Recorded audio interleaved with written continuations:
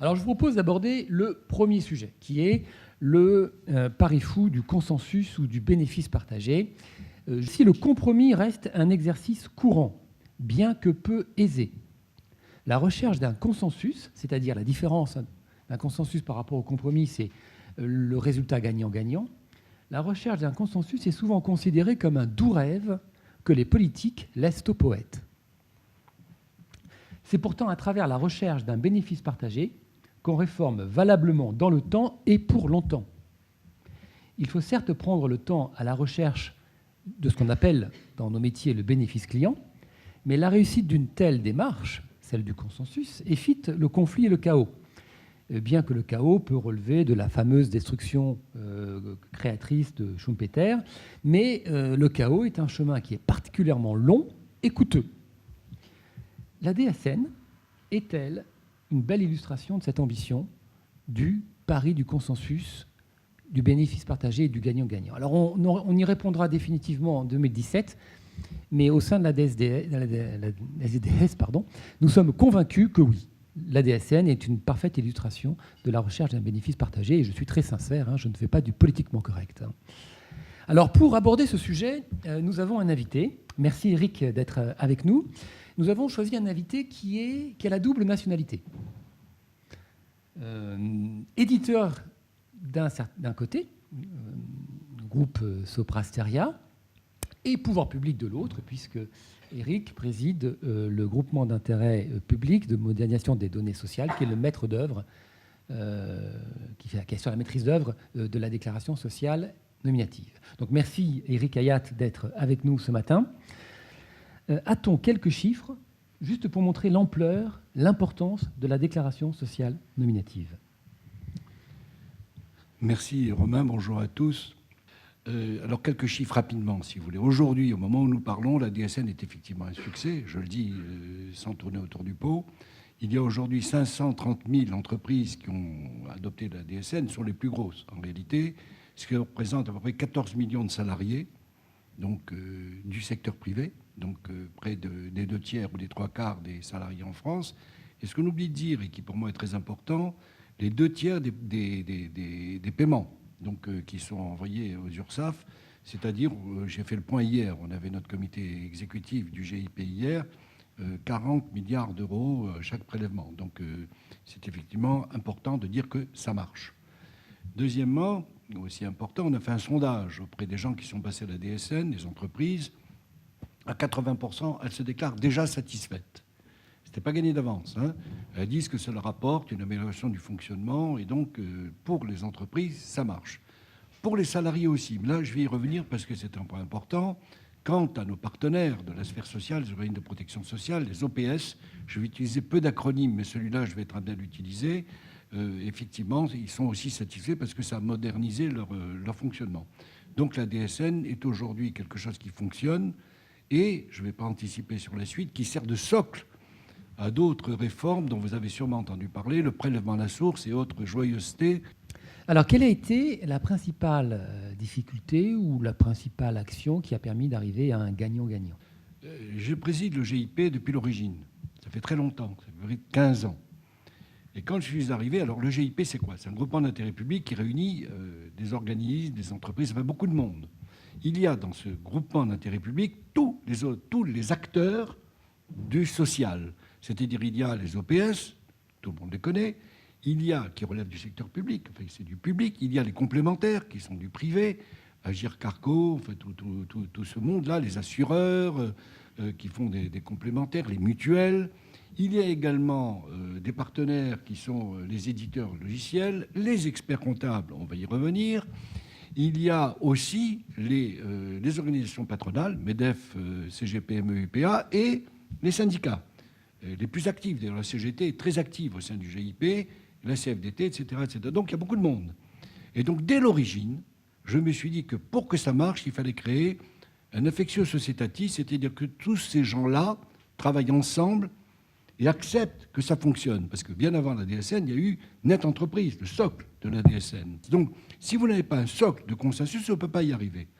La première condition. La deuxième condition, c'est que ça marche. On parle beaucoup de la DSN, mais Net Entreprise, qui est utilisé par toutes les entreprises, eh ben, au début, il y avait un immense scepticisme. Je n'ose pas vous raconter ce qu'on me disait au départ. Comment Internet, c'est quoi? C'était en 2000. Jamais les commerçants, artisans vont utiliser un ordinateur. Et puis mettre les payes sur le net, mais vous êtes fous. Bref. Et puis on a commencé à aller voir les entreprises. On est allé avec des camions publicitaires, hein, des bus, partout, en expliquant, on faisait le travail pour eux, les petits artisans et tout. Donc ça a marché. Notre entreprise a fonctionné. Et à partir du moment où ça fonctionnait, il y a eu un consensus qui s'est installé, parce que le succès appelle le succès. Mais il y a à peu près 5-6 ans, je me suis dit, au fond, je ne m'appelle pas d'être entreprise, je m'appelle modernisation des déclarations sociales. Qu'est-ce qu'on a modernisé? Rien. Rien, parce que la nette entreprise, ça consiste à mettre sur Internet ce que les gens faisaient avant. La vraie modernisation, c'est le N de la DSN, c'est le mot nominatif.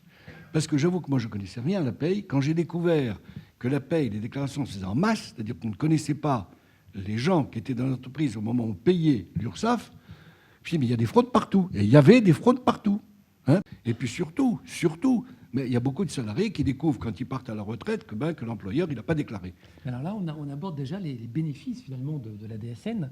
On a vu celle de l'État. L'État, c'est donc la lutte contre la fraude. Oui. Quels sont les autres bénéfices pour les autres éléments de la chaîne, hein, les OPS, les employés, les employeurs? Alors, il faut voir, quand on se lance là-dedans, c'est là que je vais vous dire, c'est là que j'ai décidé de lancer la DSN, parce qu'il faut bien qu'il y ait un papa d'une réforme. Je le dis sans fausse modestie, c'est moi. Hein. J'ai dit, il faut y aller. Hein. J'ai inventé ce mot qui n'est pas heureux, d'ailleurs, DSN, parce qu'il n'y a plus de déclaration. Le mot D est idiot. Mais bon, donc il fallait bien se lancer. Alors, effectivement, le bénéfice, c'est l'État, mais ce n'est pas l'État qui a été le principal acteur. Jamais l'État n'est à l'origine de ce genre de choses. Il ne faut pas se faire d'illusions. Ce n'est pas non plus les entreprises. Elles n'en ont rien à faire. Hein. Les entreprises, bon, le MEDEF, tout ça, quand j'ai expliqué ça au président du MEDEF, j'étais au comité exécutif. Il me disait, écoute, ton truc, c'est bien, c'est la paye. Vous savez bien que la paye, ce n'est pas la préoccupation, en général, des chefs d'entreprise et du MEDEF. Donc, ils s'en foutaient complètement. Vas-y, si tu veux, après tout, si ça t'amuse. Bon. Donc, là, il n'y avait pas les entreprises. Il fallait bien qu'au départ, il y ait le bénéficiaire qui demande. Eh bien, c'est les salariés. Il ne faut pas l'oublier, c'est les salariés. Parce que les salariés, je me suis dit, je vais m'appuyer sur les salariés. Il y avait des gens bien, il y a des gens formidables dans les syndicats, hein. Donc, en tout cas, au GIP, hein, j'aurais dit, écoutez, voilà ce qui se passe. On spolie les salariés, donc il faut absolument incrémenter les droits des salariés. Et on poussait la réforme avec moi. Je pense que les salariés ont été importants. Ça, c'était les bénéficiaires. Et puis, vous avez des résistances, mon cher Romain. Parce qu'il y a toujours des gens qui freinent. Et il y en avait certains de taille. D'abord, je le dis de façon très claire, les experts comptables. Parce que les experts comptables, c'est quand même eux qui font les 2/3 des payes.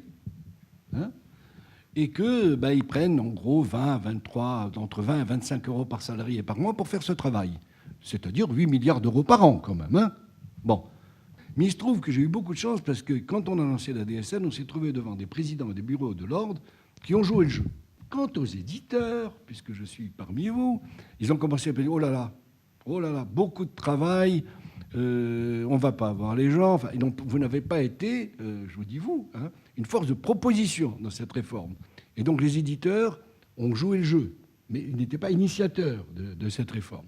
Donc quand vous avez un consensus de gens qui demandent quelque chose, et vous avez plus ou moins éliminé les oppositions, ça peut marcher. Je reviens, et je ne terminerai pas, par l'État.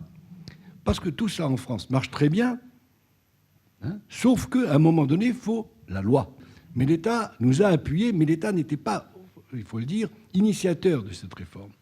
L'État, il a dit, bon, mais ça marche, on va le faire. Voilà. Donc il faut du consensus et de la loi. Voilà comment ça s'est passé. Et alors, donc ça s'est finalement très bien passé. Enfin, ça a pris un petit peu de temps, hein, mais ça s'est très bien passé.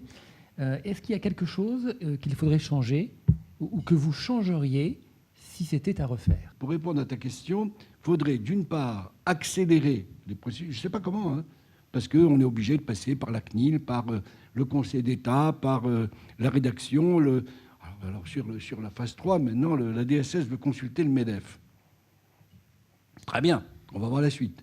Donc je pense que ça va retarder les processus. Donc ce qu'il faudrait faire, mais ça ne dépend pas de moi, ça dépend peut-être de, je ne sais pas qui, du SGMAP à la limite, essayer de faire en sorte que les choses sortent plus rapidement en France, que ce n'est pas parce que c'est dans les tuyaux que les entreprises le connaissent, et les éditeurs, essayez, vous le faites, hein, d'anticiper, mais en le disant, parce que les entreprises me disent « Ah, je ne suis pas prêt, mon éditeur m'a dit qu'il n'était pas prêt. » Voilà, donc je ne peux rien faire.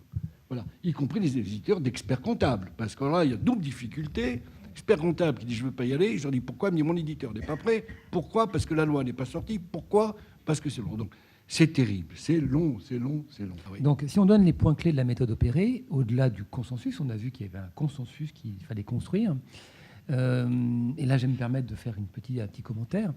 C'est qu'il faut mettre à la disposition du décideur, alors, en l'occurrence, là, le décideur, dans les faits, tout le monde le sait, c'est le GIP, puisqu'il pilote la DSN, il faut mettre à disposition du décideur les bonnes représentations.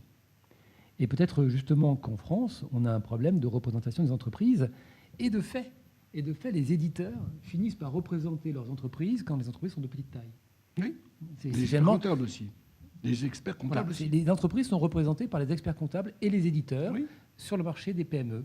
Et maintenant, en sollicitant le MEDEF, on va toucher que quelques entreprises très limitées, et surtout pas sur des sujets aussi techniques